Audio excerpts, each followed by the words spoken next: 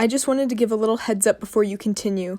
I do talk about depression and I reference my personal struggle with it. I also mention death towards the end of the analysis. So if that makes you uncomfortable in any way, shape, or form, I strongly advise you not to watch the video.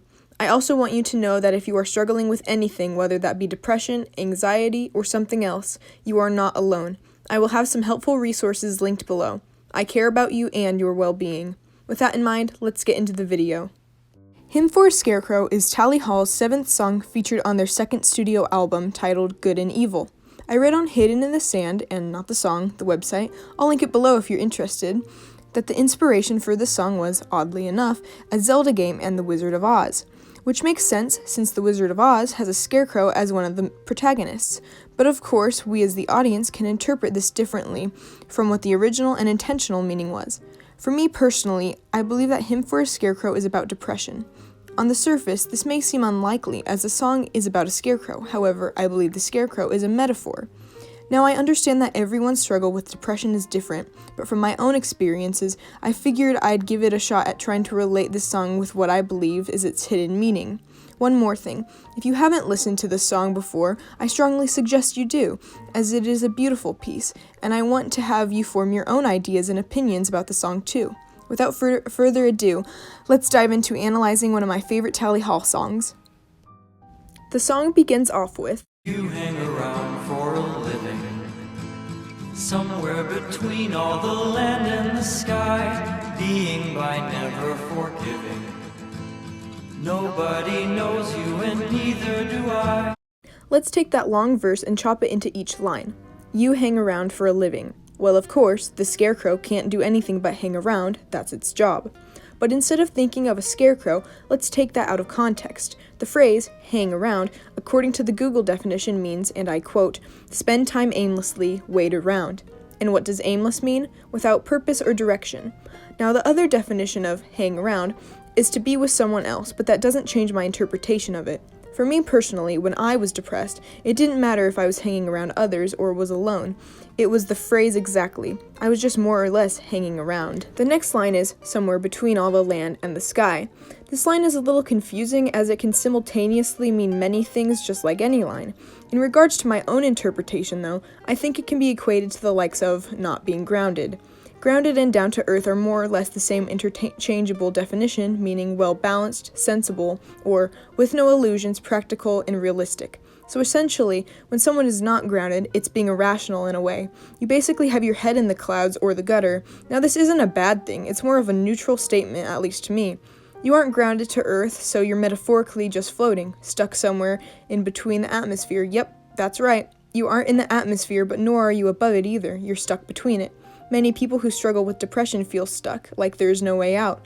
It isn't their fault for thinking like this either, as depression is also a chemical imbalance in the brain, so more or less it creates this irrational thinking. Being by never forgiving is a pretty tricky line because forgiveness can mean different things for different people. Forgiveness is found in several religions, such as Christianity, Hinduism, and Buddhism.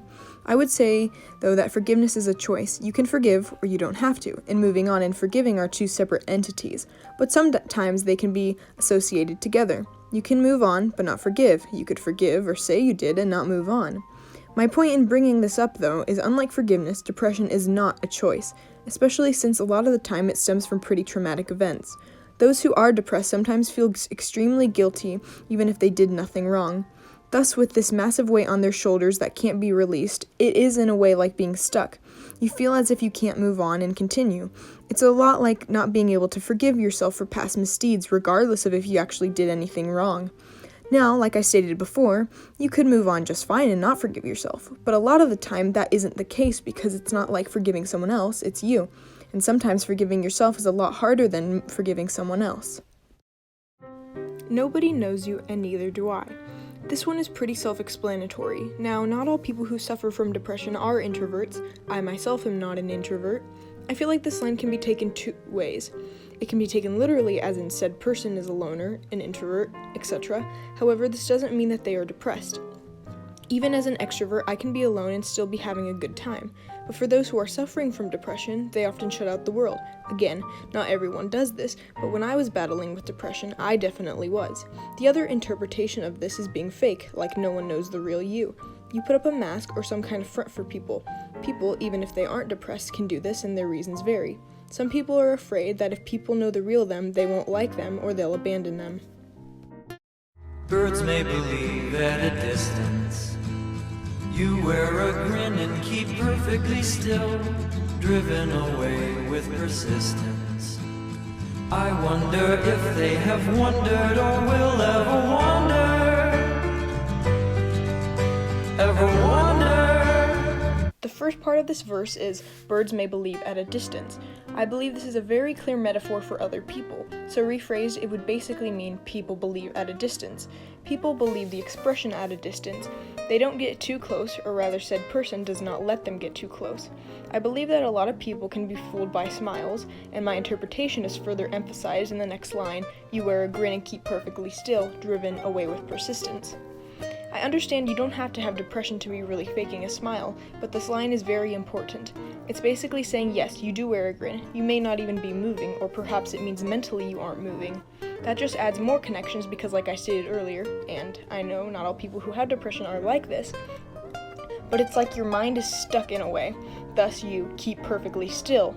The line continues with, driven away with persistence, meaning slowly over time you're being driven away. Whether that's subconsciously happening though depends on the person. The section ends with, I wonder if they have wondered or will ever wonder, ever wonder. So if the scarecrow represents you, or the person who is depressed, then what does I represent? Perhaps the person singing I represents someone who cares about you, a family member, a friend. The reason I say this is because the person is saying that they wonder if they have wondered or will ever wonder. And the other they represent the birds. And what did I say the birds represent? Other people, or rather the people who are, quote-unquote, at a distance. So perhaps just society or the people who know you from a distance. The person who cares about you wonders if society or others wonder about you. Even if all of this on the surface is about a scarecrow, it is very deep and meaningful once you really dive into the lyrics. Farmer Jim hums when he's all alone. He may imagine you heard and he knew you wouldn't hear what he might know. I wonder whether he wonders if you ever wonder. Ever wonder? For this verse, I have a few rather absurd theories. So a farmer is the one who, quote-unquote, creates a scarecrow, right? So the scarecrow can keep away the crows and other birds from eating crops. It's literally in the name, scare the crows. Anyway, my point for this is, who creates us? Depending on your religion, or even if you believe in some kind of higher power, I believe that Farmer Jim represents some kind of higher power. Why do I say this exactly? It relates back to the obvious fact that the farmer is the one who creates the scarecrow. Who creates us, some kind of higher power. Now that's not my only theory. My other one regarding Farmer Jim is that he's a representation of one's parents or guardian. I'm not entirely sure what the humming is referencing, but let's just take it step by step. So Farmer Jim hums when he's all alone, or supposedly alone. He may imagine you heard and he knew. So let's say some higher power did something, sent a sign in your life, and perhaps said higher power imagined that you saw the sign or message. You wouldn't hear what he might have known, because even if the higher power, or let's say the parent or guardian, sent a sign or message to you of some kind, you wouldn't hear or notice it. I want to pause on that meaningful interpretation for a second, because the tense in the song changes a bit. It has been mostly in the present tense up till now, but it changes at this one part. You wouldn't hear what he might have known. It should be you wouldn't hear what he might know, but no, it's known. Now, perhaps this is a mistake. I actually don't think so, because the sign or message was never sent because Farmer Jim never sent it. Besides, even if he did, you wouldn't have received it, because depression likes to play tricks on your brain, and oftentimes when you are depressed, you interpret things differently and may even tune a lot more out. Basically, what I'm saying is your brain is clouded in a way, and so you are distracted. So if someone did one thing, you might interpret it in a different way than someone who, let's say, isn't depressed. Then again, I do understand everyone's different. For me, I do think my brain and my whole mindset was very clouded. Oh, Scarecrow, maybe the wind knows whether you wonder who's calling your name. Scarecrow, maybe the wind knows whether you wonder if you are to blame. For the chorus, I think you could easily switch the word scarecrow out with your name or someone else's name. It really depends on what you yourself see in the song. As for who or what represents the wind, I'm kind of on the fence about it. The wind is kind of a tricky interpretation, but I don't think it represents anything physical like a person. The wind represents the wind as it is, or maybe it represents some kind of inner you. Perhaps it's a past or futuristic you looking back. As for the part with blame, personally, when I was struggling with depression, I took a lot of blame for things I did not even do and had nothing to do with. Again, and I very much emphasize this, but everyone is different. Even people who don't have depression can suffer with extreme guilt. I don't want to say this is the exact reason or anything, but maybe people feel like they're being some kind of burden to others. Whatever the wind represents ultimately is up to you as an individual listener. Mother Earth's love whispered to me, real is a feeling and feeling is real. All of you are flowing through me, but you wouldn't know how to fathom or feel when the wind blows. The wind knows, the wind knows. So Mother Earth is exactly that. She is Mother Earth. Mother Earth is basically our planet and is representative of nature. Many of us, including myself, see nature as a beautiful, loving thing rather than something cruel, because in a way, humans are connected with nature. The weird thing about this line is instead of referring to the scarecrow that has been referred to as quote-unquote you, now it's changed to the perspective of first person, at least in this first line about Mother Earth. And who did we say is referring to themselves as I or me in this song? Someone who cares about you. You can interpret this as anyone in your life who you feel a strong connection with. Honestly, you could put yourself in the shoes of the person referring to themselves as I or me, but with most songs, you indirectly relate to the lyrics that are saying you, because you aren't the one singing the song, you are the listener. But I digress. So a scarecrow is connected with nature, and that's pretty self-explanatory, even though it's something man-made. Like I said before, we are all really connected with nature. This line is kind of confusing, so that's the most interpretation you'll get out of it from me. The next one is much more clear. Real is a feeling, and feeling is real. So when something is real, it means, and I quote, actually existing as a thing or occurring in fact, not imagined or supposed.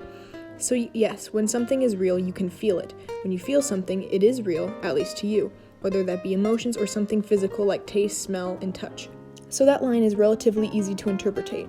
All of you are flowing through me. I believe that the person is directly referencing the feelings that they're feeling and that the feelings that they're experiencing are real and they're casually flowing through them.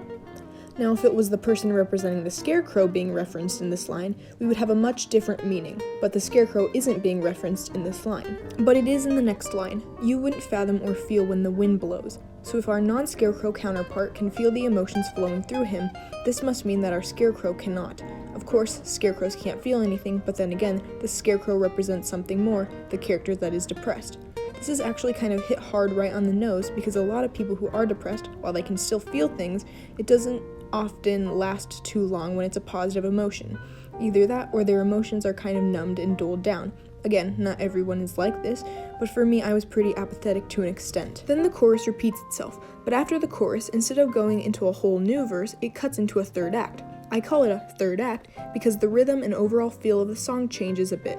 As if the song wasn't ominous and eerie enough, this part to me just further emphasizes the overall mood and feel of the song. This is also the one part of the song that kind of strays from my own interpretation. Saving the grain of your golden domain without even reasoning why. The crows seem to know where you need them to go, igniting a spark in their minds so they circle and fly. As a small side note, the reason I'm not doing the line, shame how nobody knows you, only who wonders if you are to blame, is because I already covered the whole blaming topic and why people don't know the scarecrow. Alright, so how does grain relate to a scarecrow? Well, scarecrows are out in a field, and let's just say that this particular scarecrow is guarding a wheat field. Wheat is grain. So my theory for this is that the field represents the mind or heart. Now this is a bit of a stretch and can actually apply to people outside of depression, but arguably so can all of my points. So the person is saving their mind, or what's left of their mind or heart. Honestly, I don't think a lot of people understand how much damage a mental illness like depression can do to someone. I believe that the golden domain represents your presence, or rather your soul. So the line then would read something like this: saving the mind or heart of your soul without even reasoning why. You're trying to save what's left of your mind or heart because it's been so damaged, you don't want it to hurt anymore. But then again, you also don't know why exactly you're protecting it so much. Now, I feel like a lot of people tend to do this subconsciously when they've been hurt deeply. They hold themselves at bay and don't let others get too close in fear of further pain. As for my analogy on the crows, like the birds, I believe they do represent other people, but this is a different notion. The crows represent people who have hurt you or just generally bad people in your life. These people may actively be harming you, or they might just not be treating you super well and may not acknowledge it. Whatever the case may be, a scarecrow's job is to keep the crows away from the field and not eat the crops. But for this scarecrow, they're circling. Now, I don't know if they're circling around the scarecrow, but I would assume so. So the scarecrow isn't keeping the crows away, right? Why is that? Is it because the scarecrow isn't scary enough? Well, not exactly. Remember, the scarecrow is a metaphor for someone who is depressed. Again, I'd like to emphasize the fact that not everyone that has depression is like this, but many people who do have little motivation to do their job and participate in activities, even if they were ones they used to love. Igniting a spark in their mind so they circle and fly. So what exactly would ignite a spark in their mind mean? I feel as if this is very subjective to the individual. What ignites a spark in someone is going to differ from person to person. Let's just say in this scenario, you tell some people that you are close with that you are depressed, or let's say you come out to them. This can represent anything so long as it's more serious and is more important to you and who you are. Now, let's tie that with what the crows represent, not very good people in your life. So when you do tell them or decide to open up, something sparks in their mind and they're going to circle you, meaning more or less attacking you. And keep in mind, this is all symbolic and analytical. These attacks could be anything to you're faking it, or oh no, you're fine, or you don't have it that bad, which is more or less gaslighting than attacking, but still. And this attack, depending on your perspective, could either be physical or mental. Continuing on, the line fly is repeated over and over. I believe this is representative of spiraling into some kind of episode or breakdown, but it also ties in with how the crows are circling around you. Since the line is being repeated, it's circling in a way. It starts out slow and calm, perhaps symbolizing crying. When you start crying, it starts off slow and soft, but generally the tears run quicker as you continue. Your face reddens, eyes swell, nose runs. The repetition gets louder and the music gets louder and more brash until it suddenly halts. I think this is the time that you stop crying and it's just like you're either in a calmer mindset or you're numb, maybe even both. You hang around for a living, blown in the wind like a pin butterfly, monarch of ever forgiving. Some of us wonder if you wanna die. Would you wanna die? How I wonder, ever wonder, ever wonder. And here we are at our final, most important section of the song. So the ending can be taken two ways, just like a lot of the verses and lines in this song. We'll start off with a positive interpretation. So interpretation number 1, you hang around for a living, blown in the wind like a pinned butterfly. So you're growing and overcoming depression. You're now not trapped between the atmosphere struggling to fly. You're pinned down, but not in a bad way. You're a beautiful butterfly that has been pinned to a certain place, person, etc. I'm taking this meaning of pinned, not literally. Plus, a butterfly is very symbolic of change, new beginnings, and rebirth. Monarch of ever forgiving. Now, of course, there is a species of butterflies called monarchs, but a monarch can also represent a king or a queen. As for the topic of forgiveness, it's making its presence known once again in the final line. I don't think it's a coincidence that topics come up again, but we'll discuss that later. So forgiveness, perhaps you mastered it and have been trying to be more merciful and forgiving of even quote-unquote birds and quote-unquote crows in your life. That's a huge step. Forgiveness can oftentimes be a very difficult thing to do. Now, this last full line is very powerful, so I can't emphasize this enough. Some of us wonder if you want to die. Would you want to die? For interpretation number 1, the scarecrow, or you, would mentally reply to this. For this particular scenario, it would be no. The scarecrow doesn't want to die. They found reasons to live, perhaps changed and improved for the better. Whatever it may be, at the end of this somber journey, there's a light at the end of the tunnel for the scarecrow. As for the part of how I wonder, remember, the person representing I is someone who cares about you. They wonder if you want to die, and you know you don't, yet they wonder if you do. Another tiny theory I have in mind is that perhaps this so-called person who cares about you is someone who does so from a distance. Or maybe they knew you at another time and since then you've grown. You aren't the person you were anymore.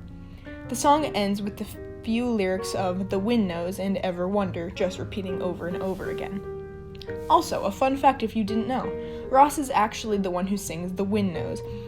I was pretty surprised by that, but I think he definitely should be involved more in the singing aspect. But getting back on topic, now we're getting into interpretation number 2.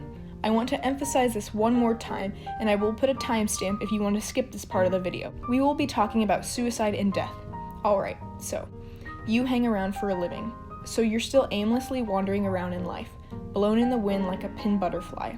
The wind is just blowing at you as you're pinned to a surface. A beautiful creature like a butterfly doesn't deserve to be pinned down and caged. You aren't literally pinned or caged, but you feel as if you are. Maybe your environment makes you feel that way. Whatever the case may be in your own life, you feel trapped. Monarch of ever forgiving. Again, like I stated before, a monarch is a type of butterfly, but it can also refer to being a king or a queen. Perhaps you were almost too forgiving to others. I could get into religion and stuff, but what's quote-unquote too forgiving in your mind can differ from my own interpretation of it. What I mean by too forgiving is really that you're being a doormat and letting others walk all over you. Some of us wonder if you want to die. Would you want to die? I want to preface this by saying not everyone who has depression deals with suicidal thoughts and vice versa. You may not have depression but have intrusive thoughts.